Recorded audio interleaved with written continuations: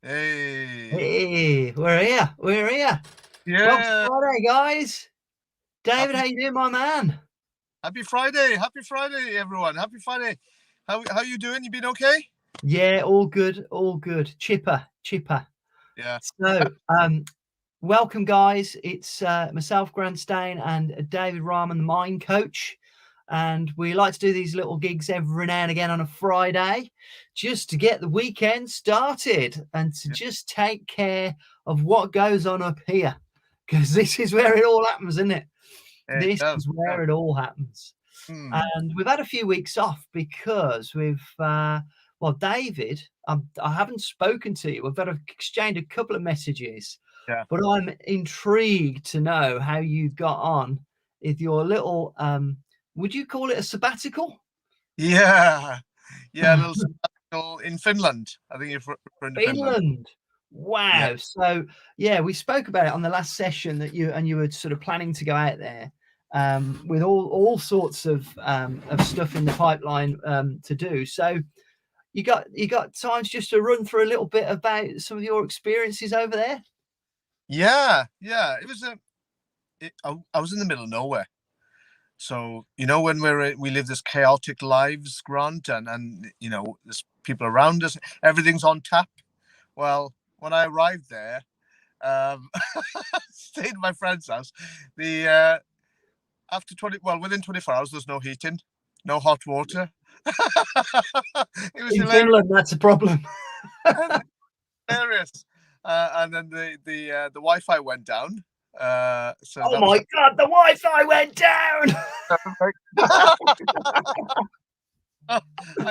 I ended up contacting. Because I'm on O2, so I contacted O2 because I sorted a sort of one of those bolt-ons for Wi-Fi for 4G when 5G when I'm away, and it wasn't working. So I'm thinking I really am stranded. So I contacted them, called them, and they said, "Oh, yeah, the person you spoke to last week, David, they forgot to put your bolt on." So no wonder you have got any internet. So that was that, and then I've got a uh, question for you, mate. I've got a sure, question for you. Which sure. was worse? No hot water or no internet? Yeah, I could have done without hot water. I had a kettle that would have done it. So uh, fine. Yeah, it was. I felt really so for the first time in a long time. I was really alone because my friend and colleague was away for a couple of days working in the city, so I was in the middle of nowhere. And if you can imagine, just woods around, forest, and lots of sort of looks like farmland. Yeah, so that was very interesting, very interesting. But I read books, and then when my internet did come back, I meditated a lot. It was really good. It was a good trip actually to relax. That's a proper digital detox, though, isn't it? What was that like? Not because we just always surrounded by technology at the moment. Yeah, We've always got access to the internet. I was yeah, explaining to somebody yesterday, actually, a young lad, an 18-year-old. I said, I remember what life was like before the internet, mate. He was like, what's so weird? I remember before there was the internet. What yeah, do you have any positive or negative, yeah, feedback in terms of yeah. doing that? Yeah. First of all, it was a shock. Then I thought, oh, I'm stranded. What do I do? We're not used to this. And it sort of then went and broke a couple of bad habits where we reached for the phone because there was nothing to look on the phone for that time. Um, uh, but in the same instance, it taught me to be more present. Grant, I became really present, which is what we always talk about in mindfulness, isn't it? And Mm. uh, I went for walks, runs, and I was just present in my own head. I wasn't thinking about, oh, I'm going to take a picture and post it on Instagram. So I was here in the moment, and it was nice. Actually, it became nice. Then I started thinking about, okay, okay, I'm going to hot water. I'll just fill up a bucket I'll just fill the kettle up 4 or 5 times and fill up a bucket and do that. So I became resourceful. Um, but overall, it was a really good experience. Good experience, to be honest. Um, for those the faint-hearted, then don't do it. But yeah, it's a really good experience. It was what I can say. It was refreshing, and I'm saying I'm enlightened or anything like that. But I became more in the moment, and I got to know myself more. Should we say? You start to monitor your inner thoughts instead of distracting. Because I don't think we monitor our inner thoughts because we're always distracted.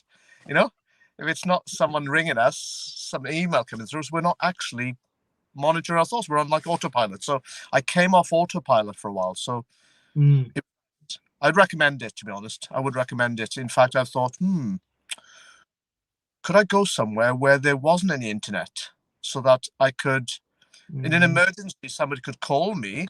There's no internet. So that's what I plan to do one day. I'd like to do that, to go somewhere, even if it's not my own, with a couple of people, and just do something which is where we can just talk instead of having to use technology, supplement our lives with technology. So that Theo did it. He went on a retreat for a weekend, and he did that. He did and you basically leave your phones at the door. And he found it very, therapeutic.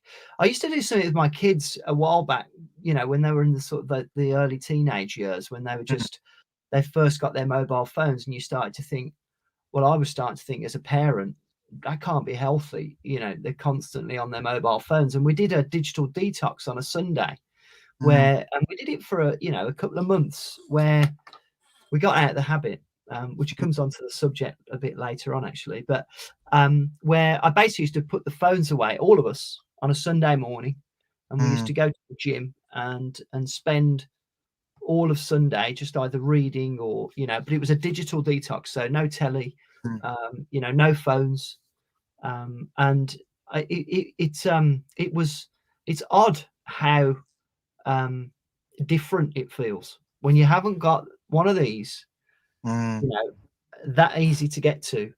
It's an odd feeling. It's amazing how, as human beings, we've become so dependent on that crutch. And as you say, it leads to start having more thoughts, because I think that what happens to us, and much as I love embracing technology and leveraging it, and obviously it's what we do, it's kind of our job, however, it's almost the default.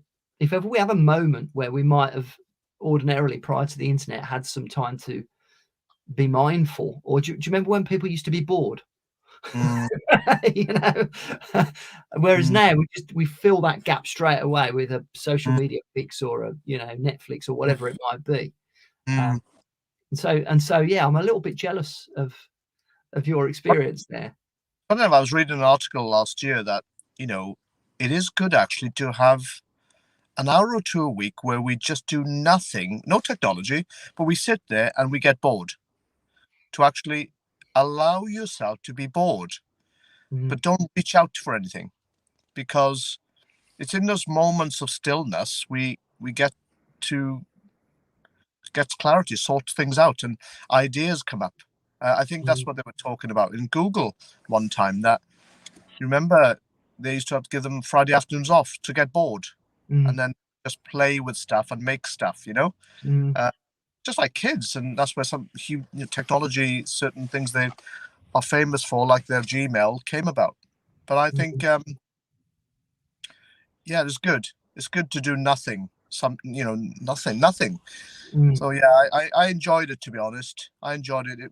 It was challenging, but I did enjoy it. Yeah, I have to look back and think, and I came back, and I never look at showers the same way now. I love them even more. So, I love them. Did you do a bit of cold therapy? Yeah, definitely. And it was. What did you get up to? It was cold out. I didn't do any.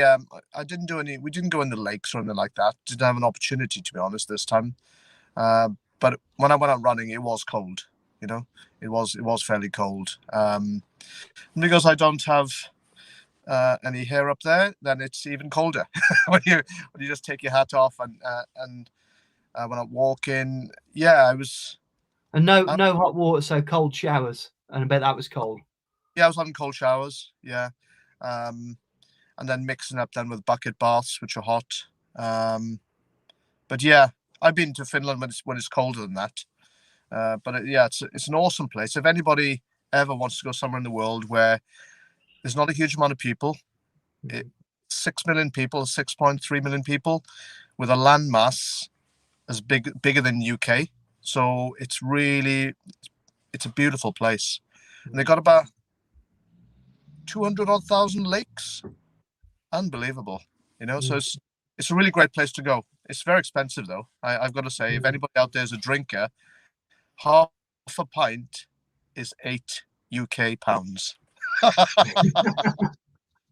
Well, I think stops you drinking too much, I guess. Yeah, hardly drunk when I was over there. Yeah, but yeah, it's good.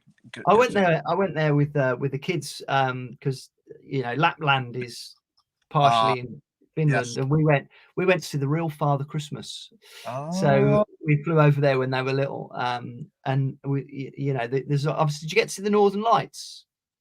No, I was in southern Finland, which is Helsinki's in southern Finland, so Lapland's on northern Finland. So I haven't been up that way yet. But I tell you what, I'd love to do one day. Is they've got these sort of, they're like man-made igloos.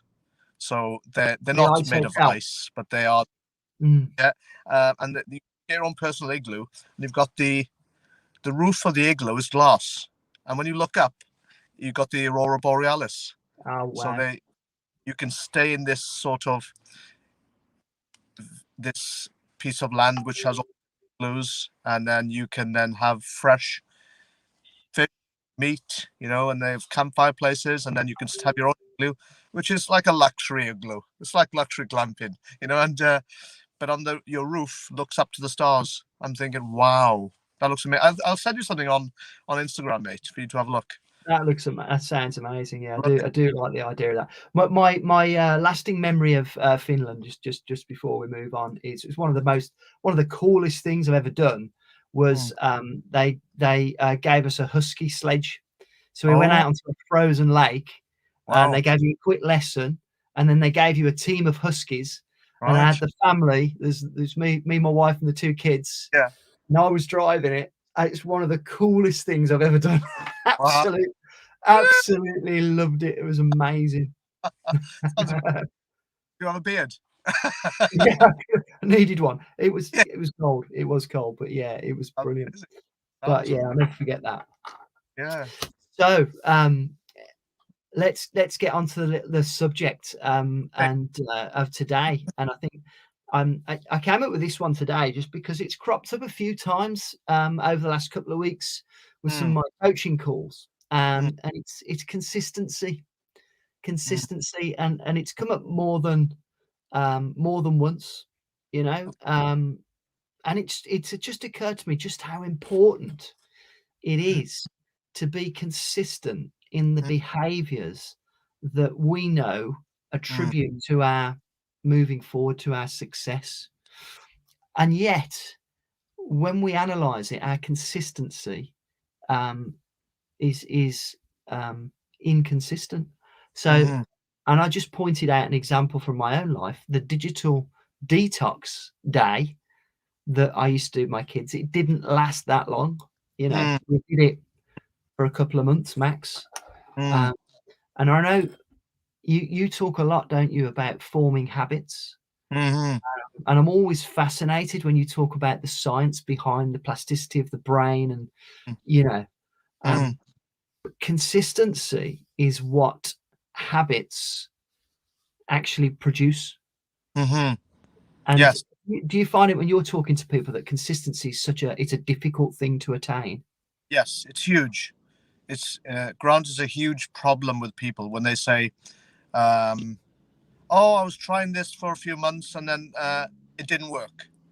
I was saying, well, what do you mean it didn't work? Did you keep on doing it? No. Well, no wonder it didn't work. I was using the tools and techniques and I felt so much better. I've got worse now. Well, what happened? Well, I stopped using the techniques. I said, well, you stopped taking a shower. Do you stop brushing your teeth? Well, oh, yeah. but so consistency really is what I was thinking about. Is consistency for me is the glue to success. So you keep you have consistency, you will keep being successful, and in whatever it is, whether it's like a relationship with your wife or your partner, it's as long as you're consistent. Because the minute you stop doing things, they notice, you know. I'm consistently useless for my wife. Yeah, I've been called that as well. Yeah. So I've noticed though, one pattern I've noticed over the years I can share with you is that my successful clients, the ones really, really were successful, there's no difference between them and the people who didn't get as much success. It was consistency. It was actually consistency. But then I started to wonder, well, why are they consistent? Why are the other ones not consistent? It was emotion. It's emotions, Grant. It's to do with that. How hungry are you? How much do you want this? Uh, and you know that. You know your best partners and the people you know in business. They've got something about them, but it's hunger. It's that they are hungry, and then that hunger then causes them to be emotional. Like, I want this. I really want this. I desire this. And then they'll go about finding something which keeps them on the consistency trail. They're not going to take no for an answer. So yeah, something that I think is the difference between one person and another is just consistency. It's literally. But then you think about, oh, why? What happens? And they might say, oh, I forgot, or we went away on holiday and we came back, we forgot to do what we were doing before. So that's right. Okay. So then we got to think about triggers. Okay, the brain needs triggers, which is like what I'm forever posting stuff, and it's not stuff I haven't posted before. But people say, "Oh, it's like this. It's the first time they've seen it," but it's not. So I'm trying to remind you that about this, because our brain it soon forgets. It needs. So what I would say to anybody is, this is what I do myself. I just keep reminding myself I've got to go running, or I've got to make this number of calls, or I've got to be like, I love my friends, so I try and stay in contact. So, so I've got to nurture my relationships. We've got to nurture our relationships because our friends will do it, but we've got to play our part. So we can't just assume it. So, but you've got to remind yourself. So sometimes I'll have reminders on my phone so and so, text so and so, weeks in advance, so that even if I'm busy, I'll make time for them. And that's all to do with consistency, isn't it? And I think that, so if I think to my, the reason that this word came up with me today is that when I'm doing my coaching with bland partners, if the partner is undertaking a set of actions consistently that are measured, we can measure the results much more accurately.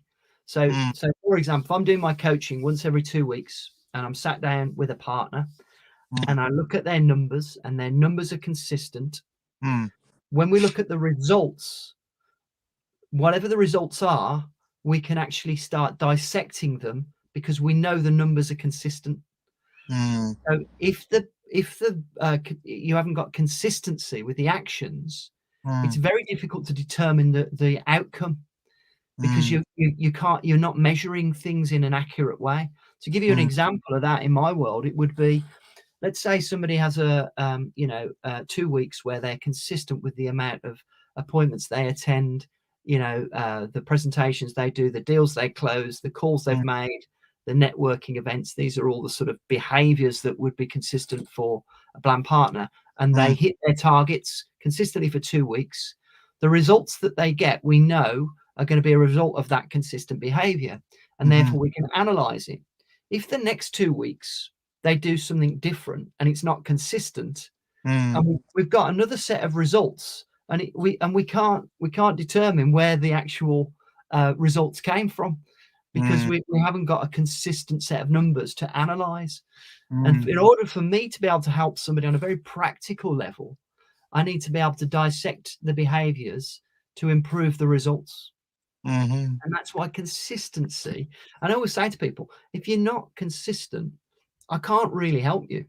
I can't really help you because I'm blind. I'm guessing. I'm guessing at how you got those results because you can't measure it over 2 weeks. And, you know, but if you're consistent over a number of months, then you're going to be able to analyze it and get the, you know, improve the results.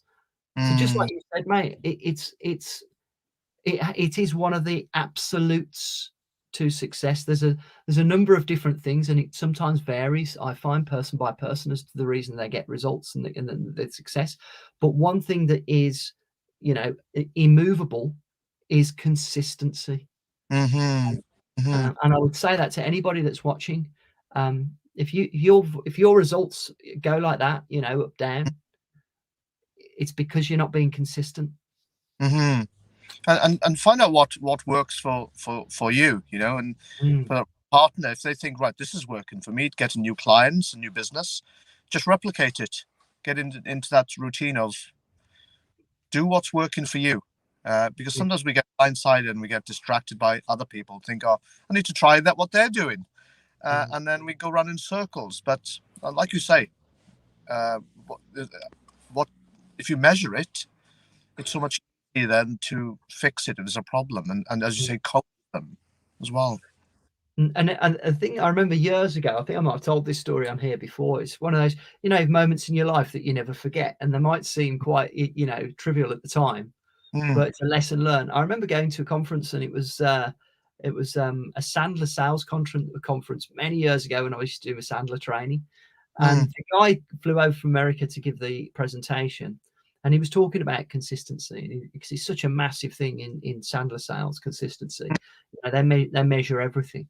And he was saying he was doing a sort of dissection of a sales operation, and they said he said to them, "I noticed, you know, a few years ago, you used to do a newsletter every month, and you used to get it printed and send it out, but then I noticed that you stopped doing it." He said, "Did that newsletter not work for you then? Did you not get any results?" And they're, "Oh no, it was brilliant. It used to really work well for us." Okay, so why did you stop doing it then? And they're like, not really sure why we stopped doing it. They hadn't noticed effectively, they hadn't noticed that they'd stopped doing it. It was getting them results.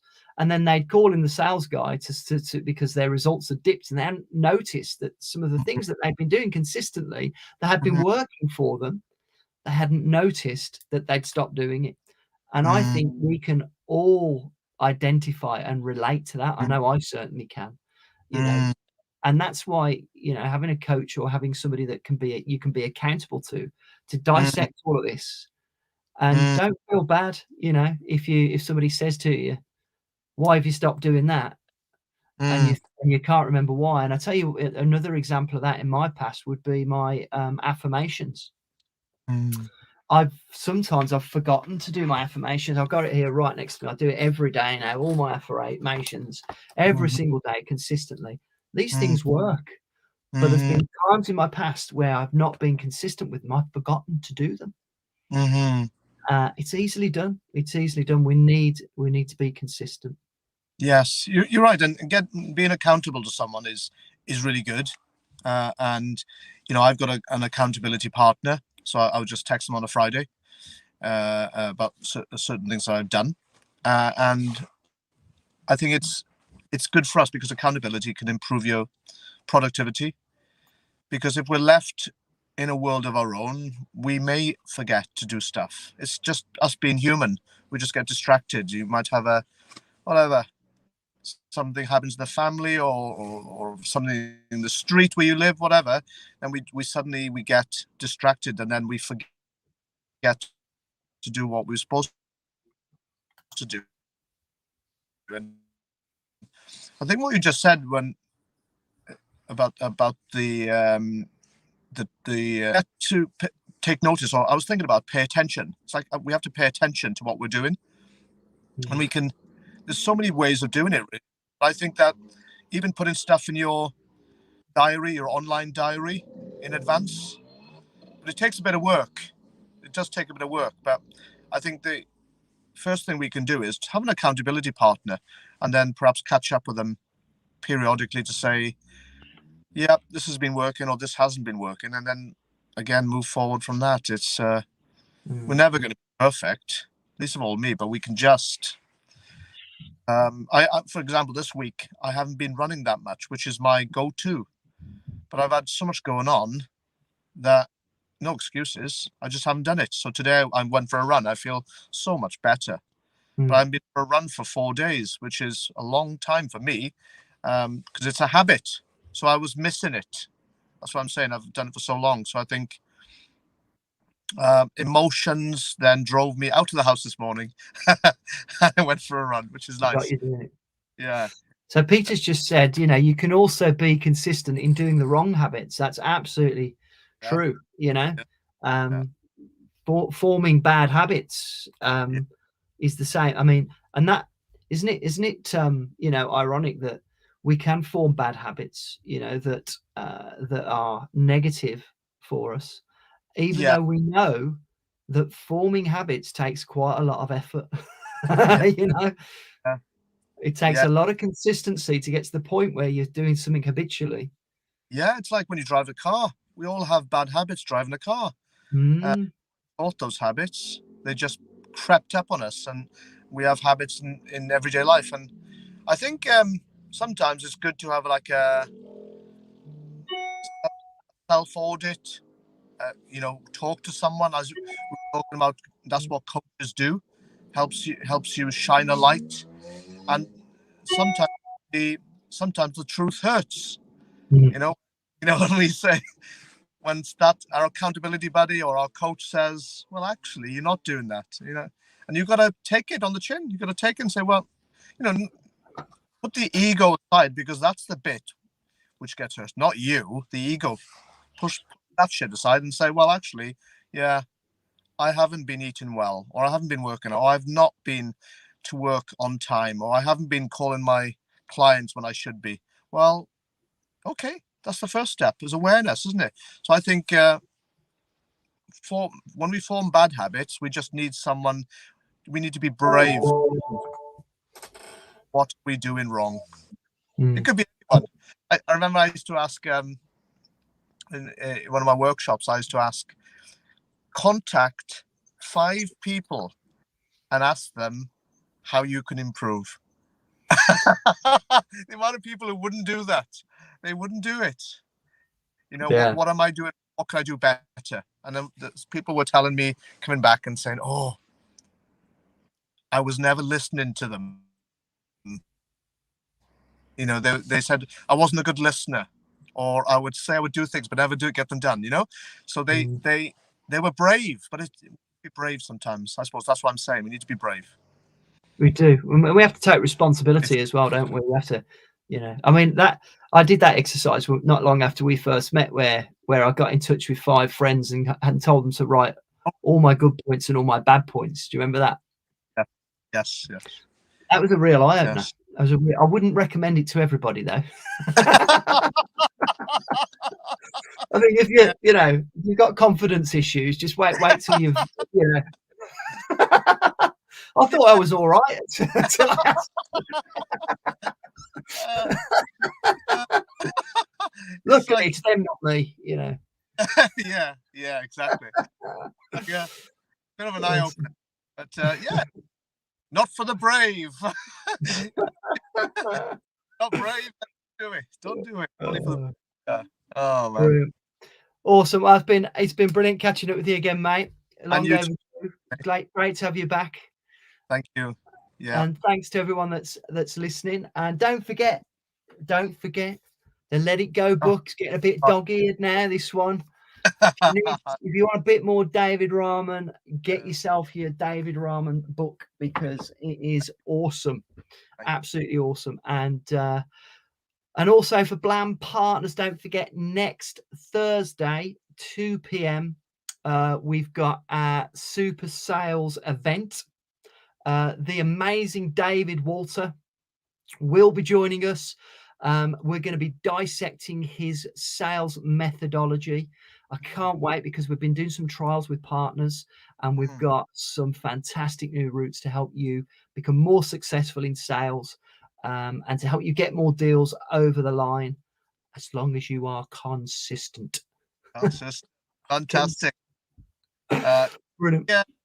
So I really enjoyed this. So anybody out there, if you want to ask questions, pop it in the chat box, and we can always answer them after the live. Yeah, see you guys next couple of weeks' time. Awesome.